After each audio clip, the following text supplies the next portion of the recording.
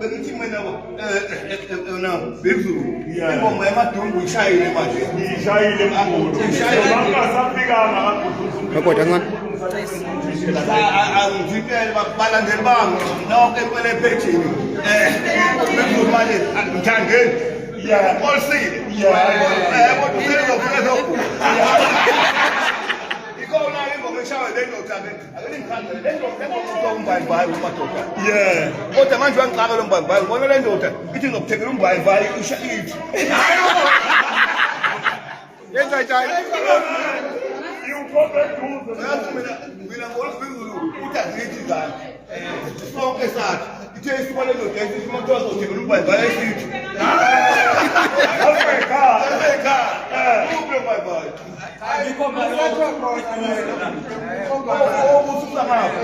hayi uyabona impela akekho umuntu ongayicula ngoma imnandi mkhulu kulwa ngiyakulazingabe bakhona mkhulu akithi bale basedvoli manje bayadlala ngesonto kodwa uyazithi ngoba umuntu besekhaya njengashaya incini manje mfowethu usushaya isibhakela ngizokusayinisa ngaphansi kwe-production yami siyisekhe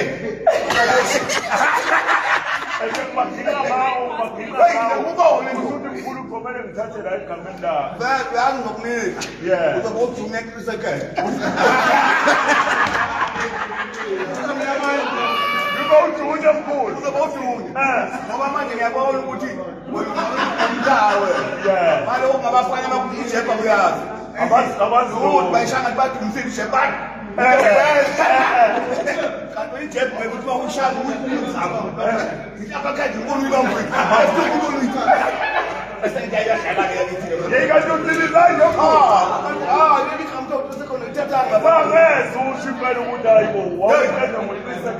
namanje ngoba ngibizole ama-award bonke amabhokisi engawashayayo angihamba ngabona bakhulise bese ngisho ukuthi nayo isiqale liyagqilaza kodwa phezulu ayagqilaza manje ayagqilaza makolonyanzungu bakithi ngithanda nonke usefike wabhukuza ungene ngobe la ebhangeni manje uzanema wabhukuza before eThekwini hayi komele sibekilanga ngoba manje kunengoma entsha ingoma akusha manje ikhaya lami yabona lo ngoma mfowethu nami ngiyakhula mhluphayo ngithole kanzima ngizabala kodwa namhlanje babiza inkalakala kodwa-ke bangibiza umngcirazi namhlanje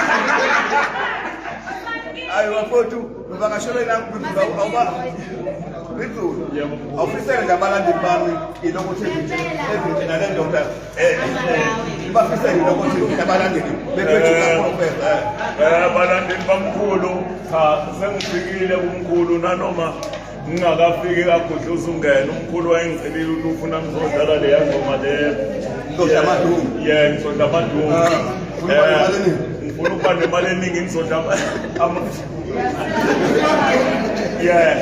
manje mangithi qhamu hawunanga umkhulu usekhona la ngasale sengithi cha angiyidlale khona la umkhulu angesaziqhila stage ngithi ngiyacula ngasaphumezi ingaziqala igqilaze lento ngathi cha ngisale sengumnike umkhulu kodwa ke ngizogcina ngifikile kakhulu uzungene umkhulu uzalibeka usuku ngigcine ngiqhamukile ngizoguqa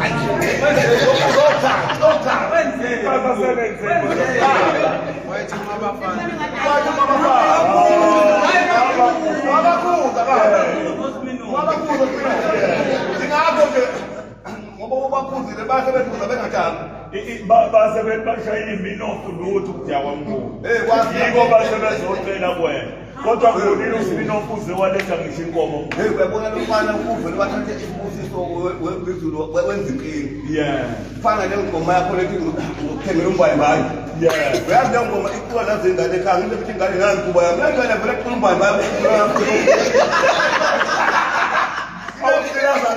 ingane ngithumile ngithumile ingane phezulu ithi ngane awukithi ngothatha ilongwana lapha esitolo uyothatha isipho ngilapha ingase ngodiwe kwethu ujulayo asithi ingane usukholiwe namkuthi Dikhelwini. Isithi ingane ngizokuthengela umbayibayi. Ngiyama isazi nabo nje ngiyela mina. Ngiyama. Ngeke ngathi sigqilaza wena kodwa mkhulu. Hayi. Yabona namhlanje ophezulu.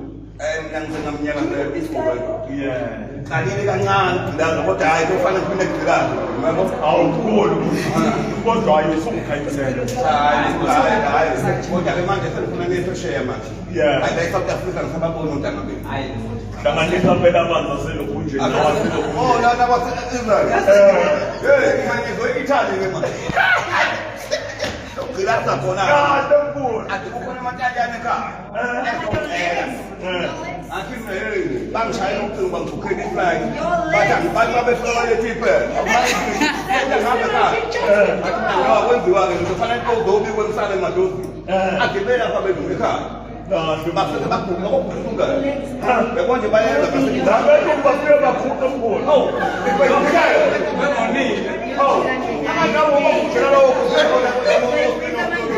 Yeah. Bamenze bagqilaza. ngoba kuba ukuwa kakhulu. Ngibala kumazimeleni. Ngibuka ubhifu. Uthi hayi, ubhifu usakhula naye.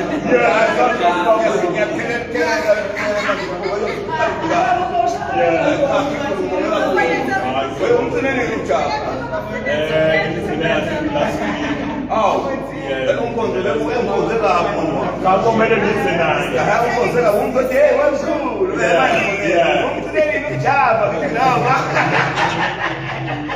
Andi uzomele ngize naye umkhulu masija lapha.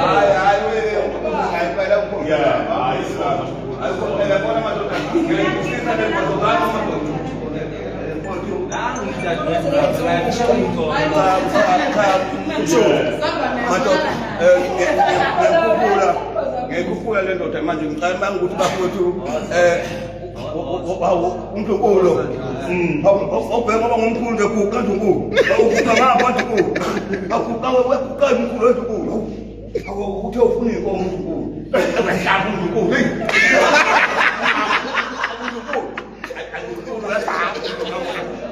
ngithi mina ngizobona intombi ekhaya intombi ekhaya ngapha akusisekile ngane yami and sisanda kuthintwa noma ubani sathithwa ngunyama endala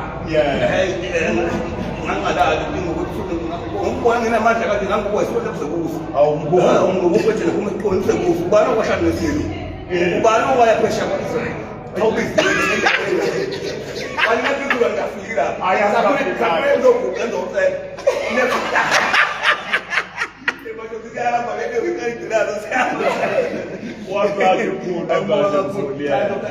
awubeke nje izwi lapha ubingelela abalandeli bephethi lika-second isiqalile into yagqilaza sanibonani kwabhuduza ungene sesifike impela sizoxolisa noma singaphethe lutho mhlawumbe ngixolisele ubhuti omdala uye wayethi uma abafana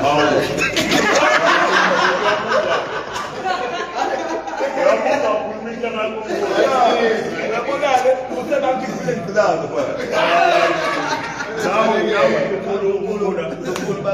bingelela uNkulunkulu bakithi abalali bakaprofethi uSekhendi ngaqala igqilaza Ndlunkulu. Sanibonani babukeli lapha emakhaya ngithanda nje ukubingelela siyabonga kakhulu baba uSekhendi ngokuthi asibusize nje ukusinika isikhathi sakhe ukuthi sikhulume naye namhlanje siyabonga kakhulu. Ayidengani ngiyakwenza ma uNdlunkulu ngempela. ngiyakwenza ngiyasayina manje sithi ngiyakwenza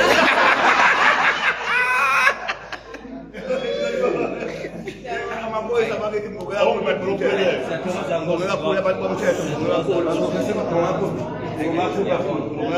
abantu bomthetho ngiyabathanda la